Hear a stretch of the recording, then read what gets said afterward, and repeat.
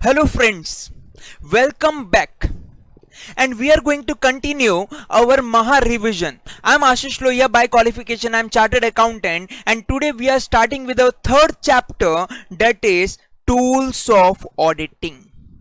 Third chapter tools of auditing. Sir ये क्या होता है टूल्स ऑफ ऑडिटिंग? बेटा ऑडिट करने के लिए आपको कुछ टूल्स यूज करने पड़ेंगे, कुछ डिवाइसेस यूज करने पड़ेंगे. तो सर क्या हम कुछ चीजें यूज करने वाले हैं? तो बेटा कौन सी चीजें रहेगी यहाँ पे मालूम है? सर यहाँ पे हम यूज करेंगे प्लानिंग. हमको प्रॉपरली प्लानिंग के साथ काम करना पड़ेगा. सर फिर हम क्या करेंगे? फिर हम बनाएंगे प्रोग्राम. सर प्लान प्रोग्राम, क्या दोनों में डिफरेंस है क्या? सर हम तो है ना कैसे भी कभी भी नॉर्मली ये दोनों वर्ड्स को इंटरचेंज करते ही रहते जिंदगी भर. कभी हम दोस्तों के साथ बोलते चलो अपन प्लान बनाते, कभी हम बोलते प्रोग्राम बनाते. भाई कहना क्या चाहते हो? क्या दोनों के बीच में डिफरेंस है कि नहीं? बेटा प्लान एंड प्रोग्राम के बीच में डिफरेंस है. चलो मेरे को ये बता दो पहले क्या बनता है? पहले प्लान होता है कि पहले प्रोग्राम होता है? ये इसका तो आंसर आपके पास है. सब पहले प्लान बनता है, फिर क्या बनता है? प्रोग्राम. अब तो थोड़ा थोड़ा सोचो. सब प्लानिंग मतलब बचपन में सुना करते थे, एक डेफिनेशन था, planning is deciding in advance what to do. Clear है? याद आ गया? मैं पूरा नहीं बोलूंगा, बाकी तो आपको पता ही है. मतलब प्लानिंग कैसा? आप डिसाइड कर रहे हो एडवांस के अंदर क्या काम करना है, कैसे काम करना है. समझ रहा है? लेकिन सर प्रोग्राम क्या है? प्रोग्राम क्या है? तो बोलते program are the set of rules and regulation. Sir ऐसा सब नहीं समझता. सिंपल टर्म्स में सब प्लानिंग क्या है? प्लानिंग हम डिसाइड करेंगे कि करना क्या है, गोल सेट करेंगे. सर कैसे करना है? उसके जो छोटे छोटे स्टेप्स होंगे ना, जो एग्जीक्यूशन पार्ट होएगा कि एग्जीक्यूट करना कैसे है, तो वो जो छोटे छोटे स्टेप्स होंगे, जो छोटे छोटे इंस्ट्रक्शन होंगे, बेटा वो सब क्या है? प्रोग्राम. वो सब क्या है? प्रोग्राम. मतलब अपन ने लास्ट चैप्टर में पढ़ा था, कौन सा? हमने एक क्वेश्चन पढ़ा था जिसका नाम था प्रिंसिपल्स ऑफ ऑडिट. ऑडिट करने के लिए बहुत सारे प्रिंसिपल्स आपको फॉलो करने पड़ेंगे, जिसमें एक पॉइंट था work perform by others.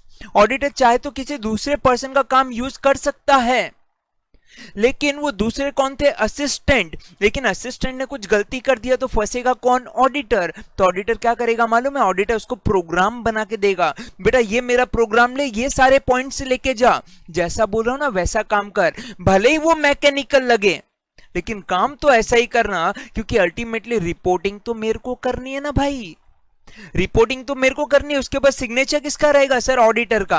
Clear है? तो इसके लिए ऑडिटर क्या बनाता है? ऑडिटर पहले प्लान बनाता है कि अपने को काम करना क्या है, फिर कैसे करना है वो कहां पे डिसाइड होएगा? इन प्रोग्राम. तो ये अपना टूल्स है. तो पहला प्लान, दूसरा प्रोग्राम, फिर ऑडिट एविडेंस एंड डॉक्यूमेंटेशन. और ये चार छोटे छोटे पॉइंट से अपना ये पूरा का पूरा चैप्टर कंप्लीट हो जाता है. और एक पेज में मैंने कवर कर लिया पूरा का पूरा चैप्टर. क्लियर? तो स्टार्ट करेंगे. Sir audit plan lays out the strategies to be followed. Sir audit plan क्या है? सर ऑडिट प्लान में आप स्ट्रेटेजी बनाते हो, आप गोल बनाते हो कि अचीव क्या करना है, मेरा फाइनल टारगेट. क्लियर? तो इसका जो मेन सेंटेंस है वो क्या है? Audit plan lays out the strategies, lays out the strategies prepared by audit and staff. कौन प्रिपेयर करेगा? सर ऑडिटर एंड उसका स्टाफ.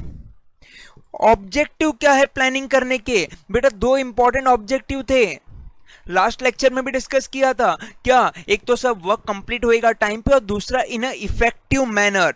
लेकिन सर जब भी प्लानिंग करोगे ना, कुछ चीजें आपको कंसीडर करनी पड़ेगी, कुछ पॉइंट्स आपको कंसीडर करने पड़ेंगे, कुछ फैक्टर्स आपको कंसीडर करने पड़ेंगे. वो फैक्टर्स कौन से? जल्दी से सुन लेना. बेटा पहला टर्म्स ऑफ एंगेजमेंट. जब भी ऑडिटर को एंगेज किया जाता है, ऑडिटर को अपॉइंट किया जाता है, वहां पे बनता है एक एंगेजमेंट लेटर.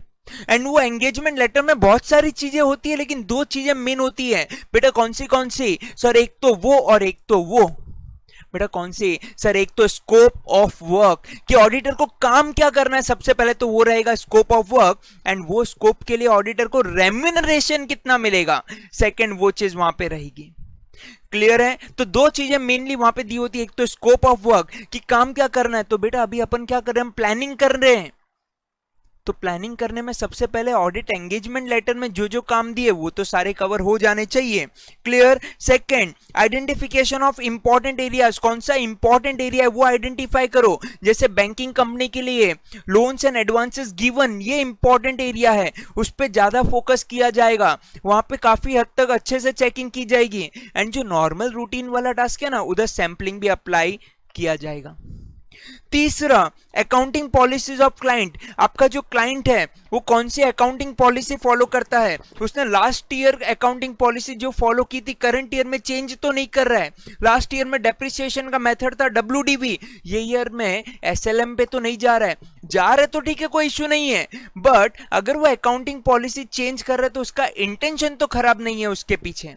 बिकॉज अगर आप बहुत सारे मेथड चेंज करते हो ना तो वहां पे अमाउंट में डिफरेंस आता है, तो इंटेंशन गलत है कि नहीं, तो ऑडिटर क्या करता है, प्रॉपर्ली प्लानिंग करता है, वो चेक करेगा, वो कंसीडर करेगा कि भाई लास्ट ईयर आपने कौन सा अकाउंटिंग पॉलिसी फॉलो किया और करंट ईयर में क्या फॉलो कर रहे हो, चेंज तो नहीं हुआ है। उसके बाद में वर्क ऑफ इंटरनल ऑडिटर, हम इंटरनल ऑडिटर का काम भी देखेंगे कि भाई इंटरनल ऑडिटर का काम अच्छा है कि नहीं, क्योंकि अगर इंटरनल ऑडिटर अच्छे से चेकिंग कर रहा है, अच्छे से सारी चीजें क्वेरी प्रोवाइड कर रहा है, रेक्टिफाई करवा रहा है, तो सर एक्सटर्नल ऑडिटर का काम कम हो जाएगा। और इंटरनल ऑडिटर का काम एकदम खराब है तो एक्सटर्नल ऑडिटर का काम बढ़ जाएगा।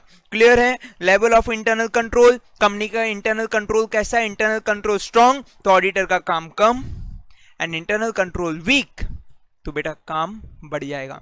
क्लियर है। Identifying and setting of materiality level, and auditor क्या करेगा, हर कंपनी के लिए एक मटेरियल लेवल आइडेंटिफाई किया जाता है, उसको आइडेंटिफाई करेंगे, सेट करेंगे, एंड उसके हिसाब से हम क्या करेंगे, चेकिंग करेंगे। क्लियर है। तो ये कुछ कंसीडरेशन थे जो ऑडिटर को माइंड में रखने पड़ेंगे।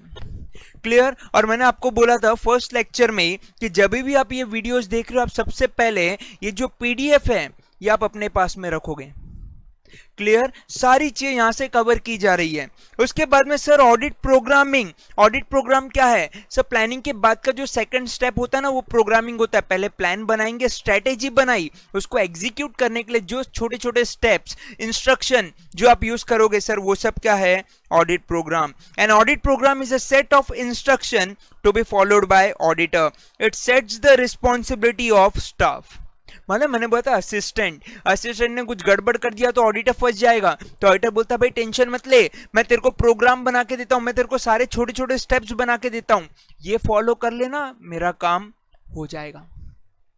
अरे हाँ कि ना, तो किसका रिस्पॉन्सिबिलिटी सेट हो रहा है सर, स्टाफ का। There is no standard audit program as it differs from client to client. हर क्लाइंट टू क्लाइंट जो प्रोग्राम बनेगा वो अलग अलग बनेगा, कभी भी same program client to client use नहीं हो सकता। क्लियर है। चलो सर, उसके बाद में ऑडिट प्रोग्राम के कुछ एडवांटेजेस है, कुछ डिसएडवांटेजेस है। क्या क्या एडवांटेजेस सर, ऑडिट प्रोग्राम करोगे तो आपने यहाँ पे कंसीडरेशन में लिखा था ना आइडेंटिफिकेशन ऑफ इंपॉर्टेंट एरिया, तो जब मैं प्लानिंग कर रहा था मैंने सारे इंपॉर्टेंट एरियाज कवर कर लिए, उसी प्लान का तो क्या बनाया मैंने, प्रोग्राम। मतलब प्रोग्राम बन गया, मतलब कहीं ना कहीं आप एश्योर कर सकते हो कि सर सारे के सारे इंपॉर्टेंट एरियाज क्या हो गए हैं, कवर हो चुके हैं।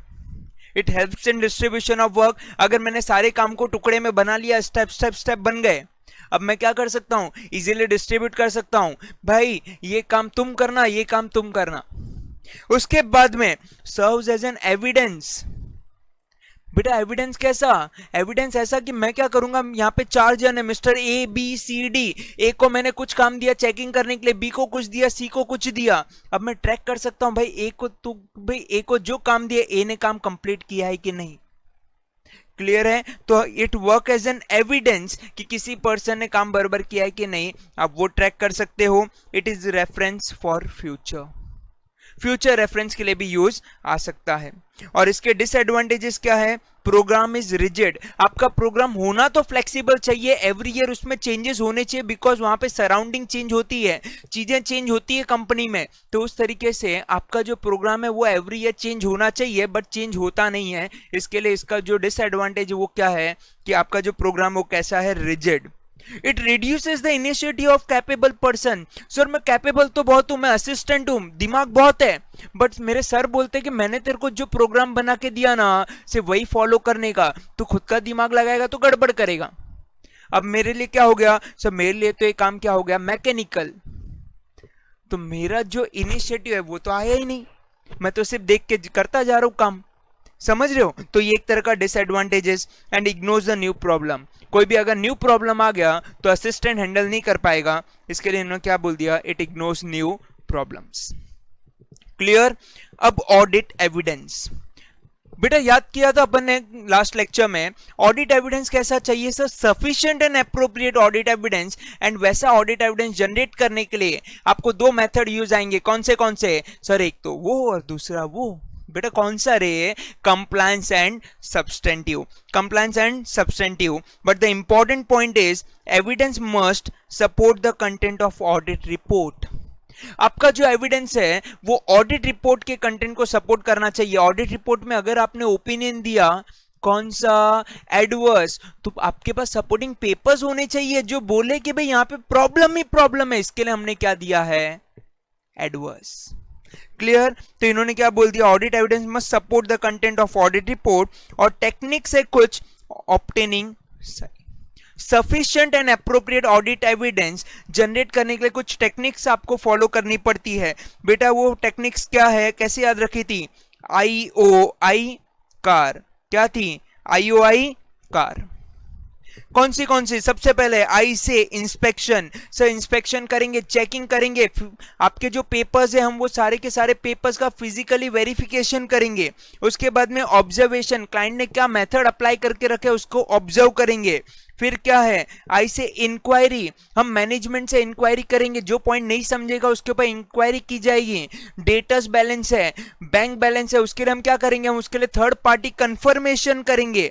क्या किया जाएगा, कंफर्मेशन। सर ए से क्या है, एनालिटिकल रिव्यू। बेटा ये क्या होता है, बेटा जब भी मैं रेशियोज एंड ट्रेंड, अगर मैं कंपनी का रेशियो और ट्रेंड चेक करता हूं, मतलब मैं क्या कर रहा हूं, एनालिटिकल रिव्यू। ये दो वर्ड बहुत इंपॉर्टेंट है।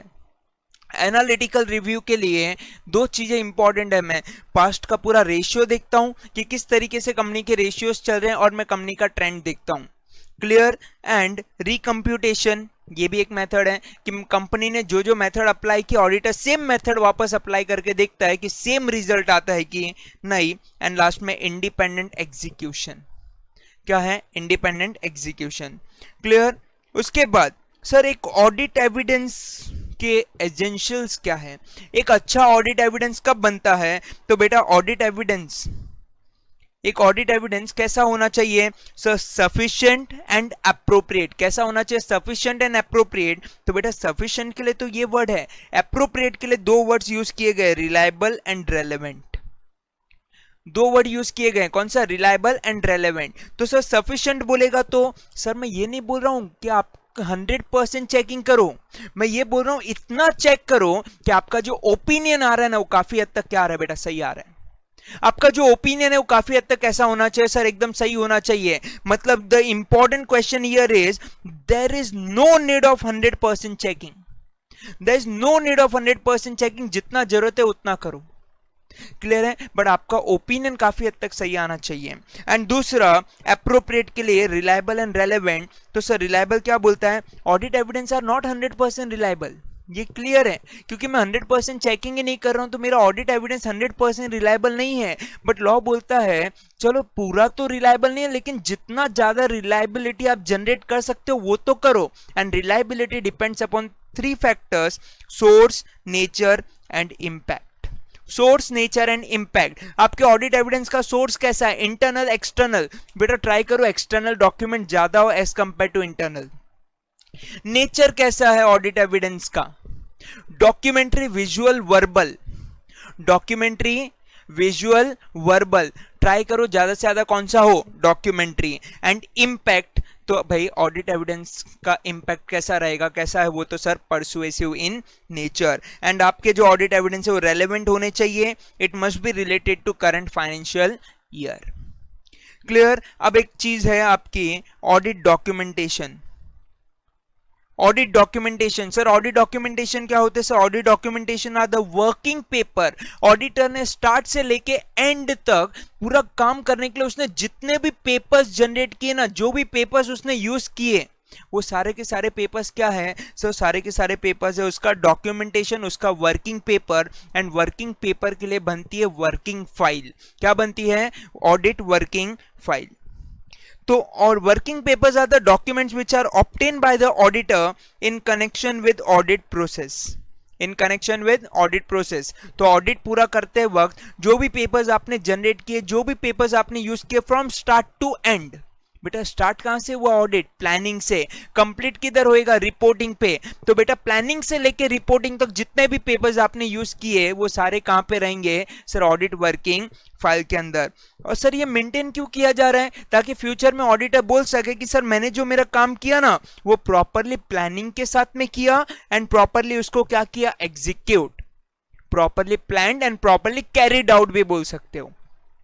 Clear sir?